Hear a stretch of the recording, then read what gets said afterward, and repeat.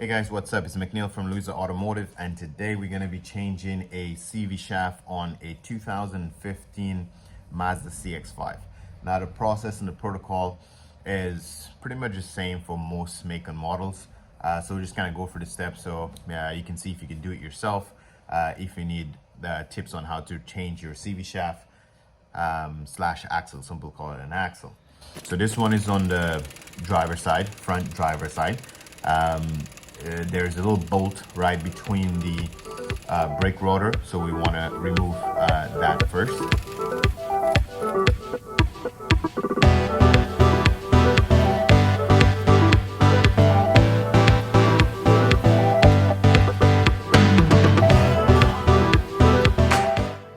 Right after we take this bolt out, if you look under the car, we'll try to locate the lower control arm. On the edge of the lower control arm, there's a ball joint. So we're going to take the bolt out that secures the ball joint in place.